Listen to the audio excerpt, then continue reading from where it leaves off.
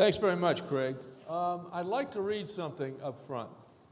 And this is in Stephen Ambrose's book about citizen soldiers, and a conversation he had with World War II veterans when he was writing this book. And one of the veterans says this: imagine this in the spring of 1945 around the world, the sight of a 12-man squad of teenage boys armed and in uniform. It brought terror to people's hearts, whether it was a Red Army squad in Berlin, Leipzig, or Warsaw, or a German squad in Holland, or a Japanese squad in Manila, Seoul, or Beijing. That squad meant rape, pillage, looting, wanton destruction, senseless killing.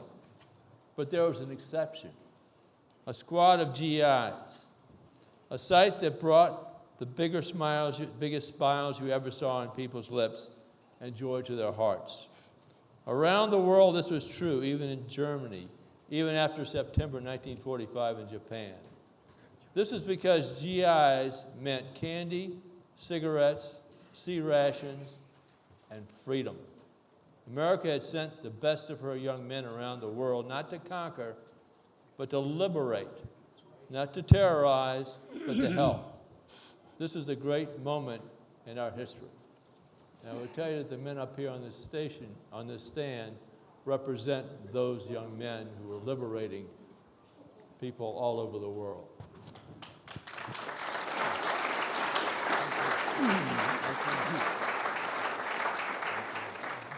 I've got quite a task here in 32 minutes to get all these folks to tell their story, and we're going to try to do that.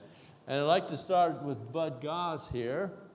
Bud, when did you join the Army? Were you drafted, or did you enlist? I was drafted. I was drafted at 18. And where were you living at that time? In Baltimore. I was working in an aircraft plant, Martin's, and I was putting in the turret in front of the tail on a B-26, which was very interesting to me.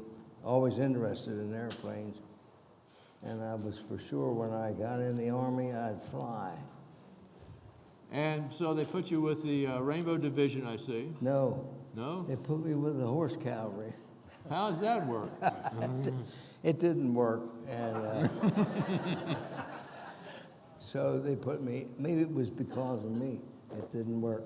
But anyway, we got into the mechanized cavalry, and then eventually it got into the infantry. So, in an anti-tank company. Okay. And you pretty well fought your way up. Mm-hmm. Went from Marseille all the way up. Yeah. Into Germany. Yeah. Mm-hmm. Well, let's talk about a day you were sent north of Munich and you ran into a camp. What was that about? We were at Dachau, and we got there maybe an hour or two later than the first troops. So we didn't have anything to do. So they decided to conquer Munich. And my truck was, I drove a 50 caliber, drove a 57 millimeter, pulled a 57 millimeter gun. So they decided that our secret was speed. The faster we can get into some place, the better off. So they decided real quick to send us into Munich and conquer Munich. So I was put as the second driver, second truck, after a Jeep to go in and conquer Munich with a lot of other trucks, but they were all in back of me. And I thought, well, this is the end, because you can't do that too easily. But we drove right in and parked in front of the Rathaus where Nazism started. When did you encounter the concentration camps in Dachau? Just before that. Yeah? Just before that. What was your It's 9 miles north of Munich. What was your reaction to that? Oh, horror. We didn't know anything about it, but just to see those people, they were they weren't people. They were walking ghosts. And we smelled, of course, the flesh, the smell that's there all the time. So it was pretty, even though we had seen a lot of that kind of thing, we've seen a lot of death, by that time it was still horrible. Thank you. Bill, Yes. when did you go into the military, into the Army? In May of 1944, 5 days after I got out of high school. And what units were you with? I took basic training in Texas, and then I was assigned permanently to the 89th Infantry Division, the 354th Regiment Anti-Tank Company. And when did you go into Europe? When did When did you go into Europe? When did you go into Europe? When did you arrive? Okay. I'd had basic training, but I had to retrain myself on the 57 millimeter anti-tank company gun that was used in that company. The division went to Boston and sailed for Europe in January of 1945. Okay. And where was it that you encountered a labor camp? I'm sorry? Where was it that you encountered a slave labor camp during the war? Okay. It was in April the 4th that the camp was liberated. I was not there at that time, and I didn't witness the whole camp. But our patrol one day passed by the mass grave, which was outside the camp of Ordruff. And it was an estimated 3,500 naked skeletal bodies in a big open pit, just randomly thrown in on top of each other. At the time we saw that, it must have been a couple of days after the liberation, and there was a detail of soldiers supervising a number of Germans who were digging 6-foot deep graves Last time I and was on then the going stage, into the pit and pulling out Liberators with individual some of the bodies leaders for talked to them. reburial. And you can't imagine a more terrible job, because when they would grab hold of a body, the rotting flesh would slip off the bones. And I can't imagine anything more horrible than doing that. I understand that you've run into people who are denied that that even happened, When did I? that they denied that the Holocaust even happened. What do you say to these people? I think that's just stupid. There's so much evidence that the Holocaust really happened. General Eisenhower came to Ordruff on April the 12th, and he and General Bradley and General Patton, and old blood and guts Patton was the only one who got sick at his stomach. That's what they saw. And Eisenhower ordered that everything about the camp be filmed and photographed and documented, so that, in his words, someday somebody's going to say the Holocaust never happened, and this proves that it did. Thank you, Bill. David. That's me. 84th Division, correct? Yes. 170 days in combat. I never so. counted. You marched across the Netherlands to Germany.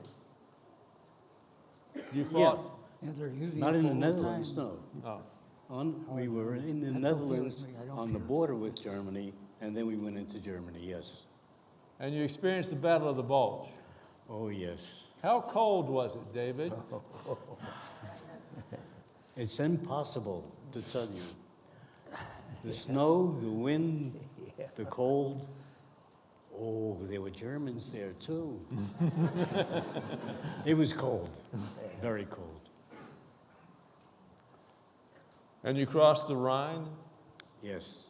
And where did you discover, or your units discover, labor camps? Yes, labor camp was called Ahlem near Hanover, Germany.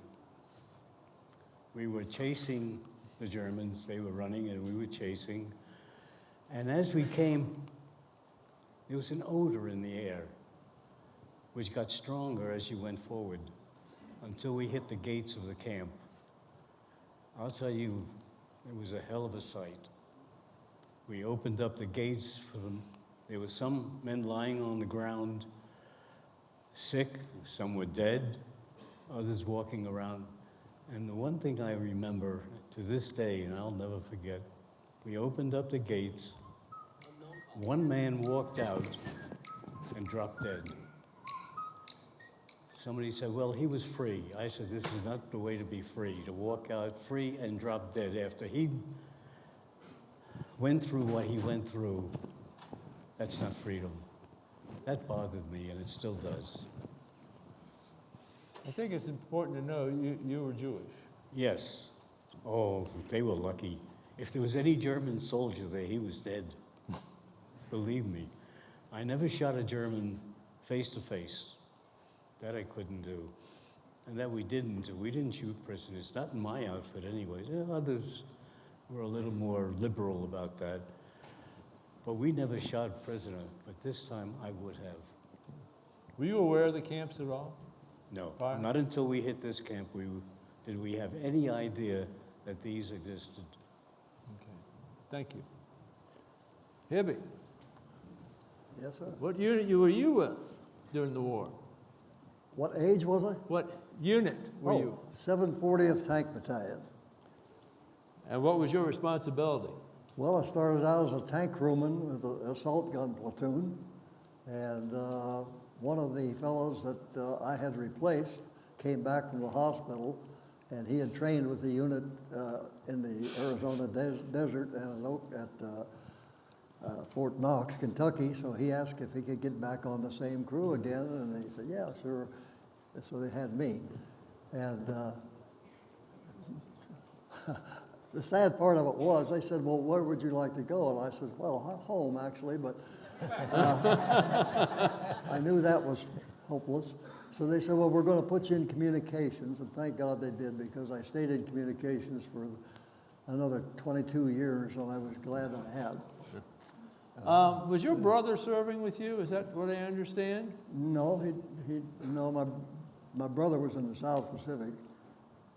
I just had the wrong information here. I had a brother-in-law in the 82nd Okay. Airborne. But you were around to also discovering Dachau. Can you explain that? No, I didn't discover it. Well, your unit maybe. I was with the 82nd Airborne and the 8th Infantry Division when they discovered the Wobeland concentration camp, which was right outside of the town of Ludwigslust. And they asked us, because we had tanks and half-tracks, to knock down some of the fences that they had, because the 82nd and 8th had no heavy duty to do it. So we just got in, pushed the fences over, and we saw what had happened and what was happening there. And of course, we realized that things were supposed to be bad, but we didn't know that they were going to be that bad. And so we decided, well, when this thing's over, we want to go check one of them out. So anyway, we proceeded on up to the Baltic and helped the British up there. Why, we couldn't figure out until later on. But anyway, that was my first discovery of a camp. I didn't see Dachau until about a week after the war. And the reason being is because when the war ended on May 8th, we were sent back south to the Frankfurt area. And the order came down from Eisenhower that any troop commander that could release their troops for weekends or whatever, even 2 or 3 days, send them to the nearest concentration camp and let them see why they were going through this. And so they sent me down to Dachau. And my first mistake was I walked in to the 4 ovens they had there for burning the bodies, and there was still some bones of bodies in the ovens. And I noticed that the floor was all like bricks, and the material between the bricks was kind of a gray or white color stuff. I didn't think much of that, but I got around in back of the ovens, and I found out that this white stuff that was in between the ovens was in a stack about this high. It had been scraped out of the ovens, and I broke down. But it's difficult to talk about it. Sure is. But I realized that I had been walking on God knows how many bodies that had been burned up. And it really got to me. And it stayed with me for years, until about 4 years ago. I finally quit dreaming about it. But I would wake up in the middle of the night and I'd smell dead bodies, and I'd smell the concentration camp smells. And I'd check under my arms. Gee, I'd had a shower, but how did that smell get into my bedroom? And as soon as I woke up, the smell was gone. But it was mighty scary for a long time. Thank you. Thank you very much. Yeah. Jack, when did you enlist? And I enlisted in, when I was 17, I enlisted. in the Army, of course. At what? In the Army with Yes, yeah, with in the what Army. unit? What unit were you eventually assigned to? Well, we went into that ASTP program, which the government killed. The government canceled it about 2 months later because of the Kasserine Pass problem. So they needed some more young men to go and fight. So I was in that group. And trained in Fort Jackson, South Carolina, went over to Europe, fought in the Saar Valley, which was a very, very bloody battle, the Battle of the Bulge, Siegfried Line, the Rhine River. We got murdered on the Rhine River. My notes tell me that the Battle of Hill 360 was a pretty bad action that you were involved with. Yeah, they were all bad. And what this one gentleman said about Eisenhower ordering the troops to come and look at the camp, at Buchenwald, Eisenhower ordered that all the people in the surrounding communities come through.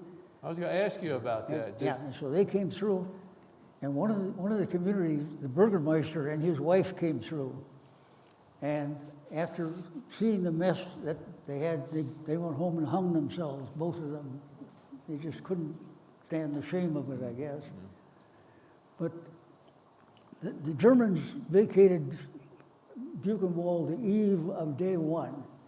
They could hear the American tanks coming, and they knew that it wasn't time to get out. So because they knew if our troops came in and saw the mess that the Germans couldn't cover up, they would have murdered those German soldiers right there. I was sure of that. So they all took off, and I was in Buchenwald 9 months ago today. Yeah. And I was there 79 months ago, 79 years ago. This time I met a lady named Ursula. I forgot her last name. She was a citizen of the area there. And Ursula was 102, and she wanted to meet me because she and I are the only two in our group that were together 80 years ago in Buchenwald. So we had a nice visit. And she told me the morning that our tanks came over the hill for the first time. She said it was such a thrill to see these. She was not a prisoner in the camp. She worked as a nurse just nearby. And anyway, so Ursula got out and went down the road to the main road where the tanks were going to come in. And here come the tanks, and Ursula's standing in the middle of the road, and she wouldn't get out of the way. And so the tank commander got out and came up to Ursula and said, we've come to liberate the camp. Why are you here? And she said, I'm just going to work. Yeah. So anyway, that's such a terrible mess. The Germans even murdered some of the inmates in the camp that night, that evening before the tankers came, because these are some people that could testify against these guards if they ever had a war crimes case case on them. So, but it was an awful mess. It was a terrible mess. How the people in the surrounding areas didn't know what was going on with all the bad smell that was coming out of those places. And I saw some pictures of how they herded the people into the showers just like cattle. How anybody can be this inhuman to another human being is a mystery to me. Thank you, Jack. I appreciate it. Tragic. Thank you. Harry, is it true you enlisted when you were 15 years old? Me? No. Yeah. I'm Hilbert. Huh? Hilbert. Hilbert. Maybe I'm backwards here. That's exactly what I am. I'm sorry. Hilbert. That was me. That you enlisted when you were 15 years old. I'm sorry, I apologize. There's few of us. Few of us that were that stupid. Okay, so you were with your brother in the war. Yeah. Okay, tell me about you and your brother being in the war. Well, I was the eldest of identical twin boys. And early Sunday morning, April 29th, 1945, next military target was Munich, Germany. And it was very early that Sunday morning. And we saw a road sign, the largest sign said the word Dachau, which meant the village, the city of Dachau, Germany. And they had other directional signs. One was pointing towards München, which is Munich, and we knew that we were 9 miles north of Munich, Germany. And we got orders to pull over on the right side of the road, set up our howitzer guns. We were in direct support of the 222nd Infantry, which Bud Goss was a member of. And one of our Jeep drivers came over and said, it must be everybody smelled a very strong odor. And one of our Jeep drivers came by and said, there must be a chemical factory on the left side of the road, through the woods.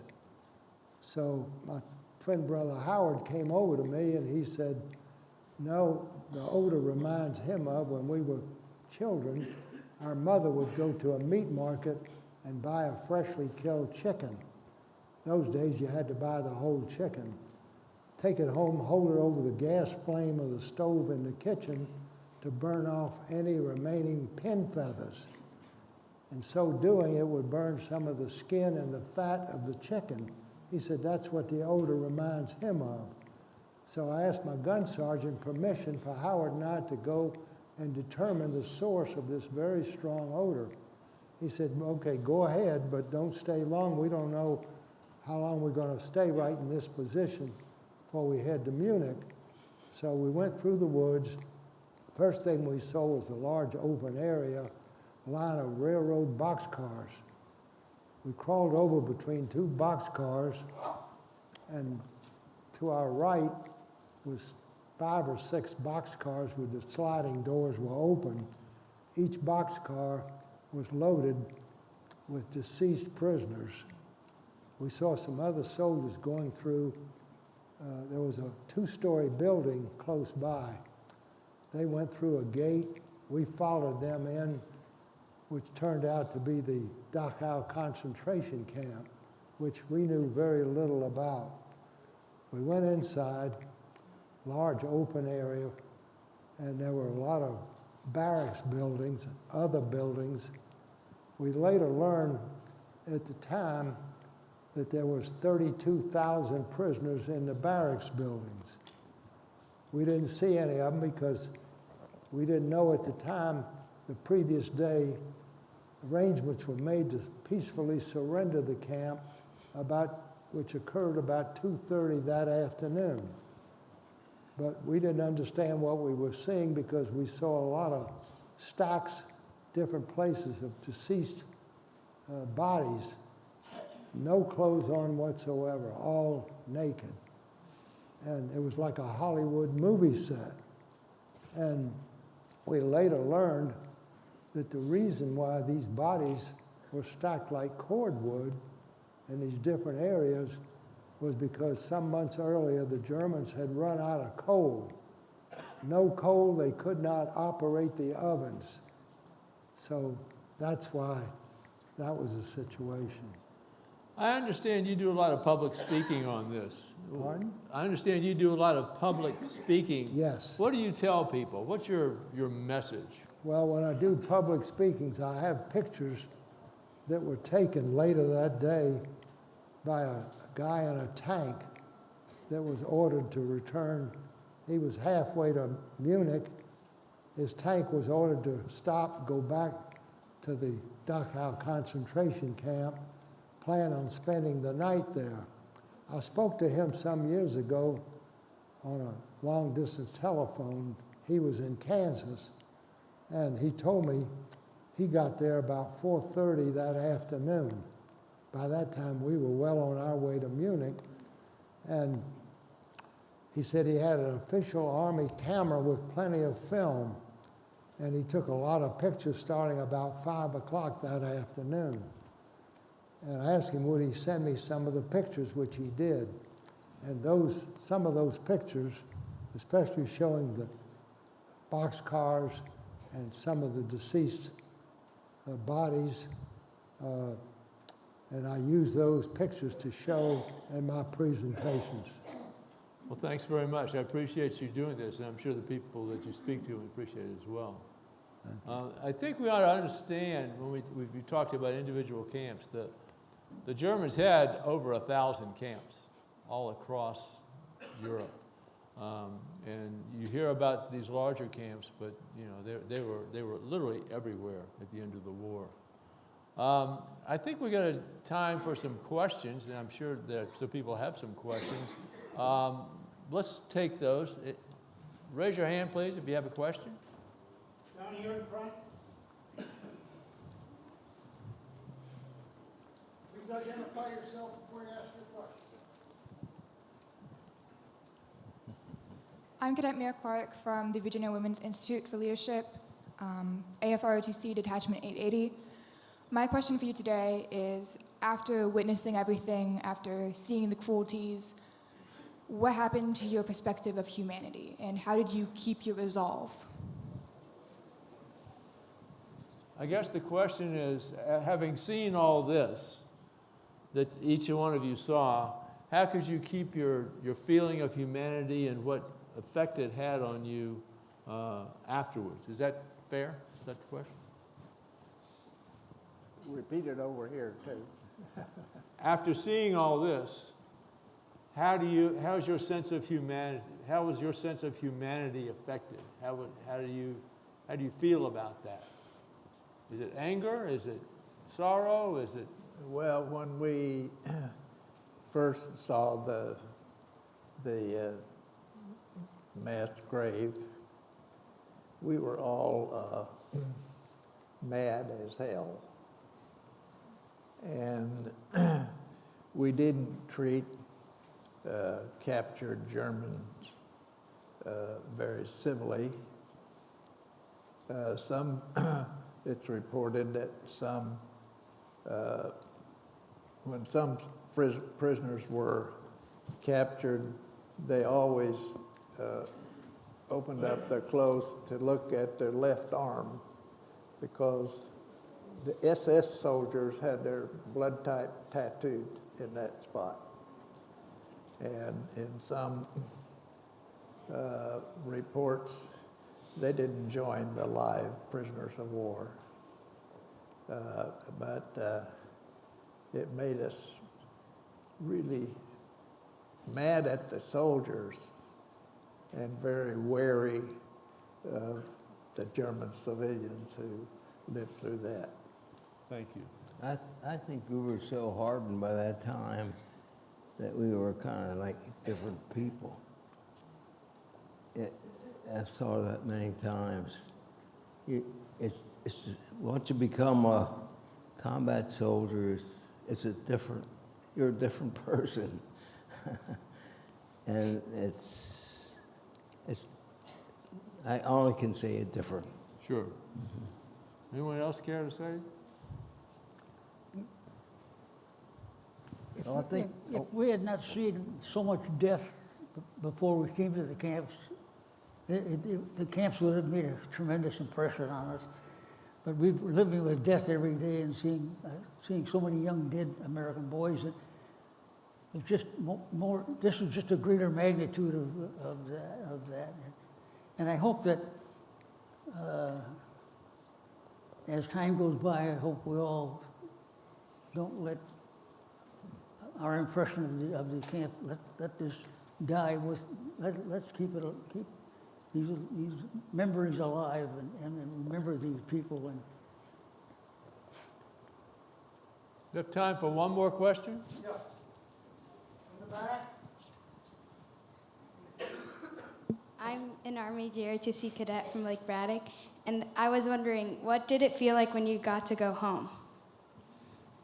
The question is, what did it feel like when you got to go home? I can tell you, All right. Harry? I couldn't have cared less. I wanted to stay over there. And I did. I stayed until July of 48. And I was real happy about it because I enjoyed all the fruits of our labor and did little black markets on cigarettes since I didn't smoke. And I was just 16 years old when the war ended, and so I was being educated the whole time. And I wasn't 17 until 2 months after the war ended. So Well, where I messed up here, Harry here is a 3-time war veteran. He was in World War II, he was in Korea, and he was in Vietnam. So,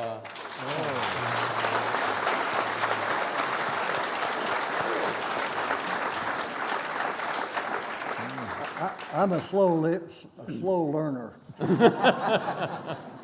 well, ladies and gentlemen, I know it's been a very eye-opening experience hearing these gentlemen speak today, so How let's did you give them miss a World War round of I? applause. For these heroes of our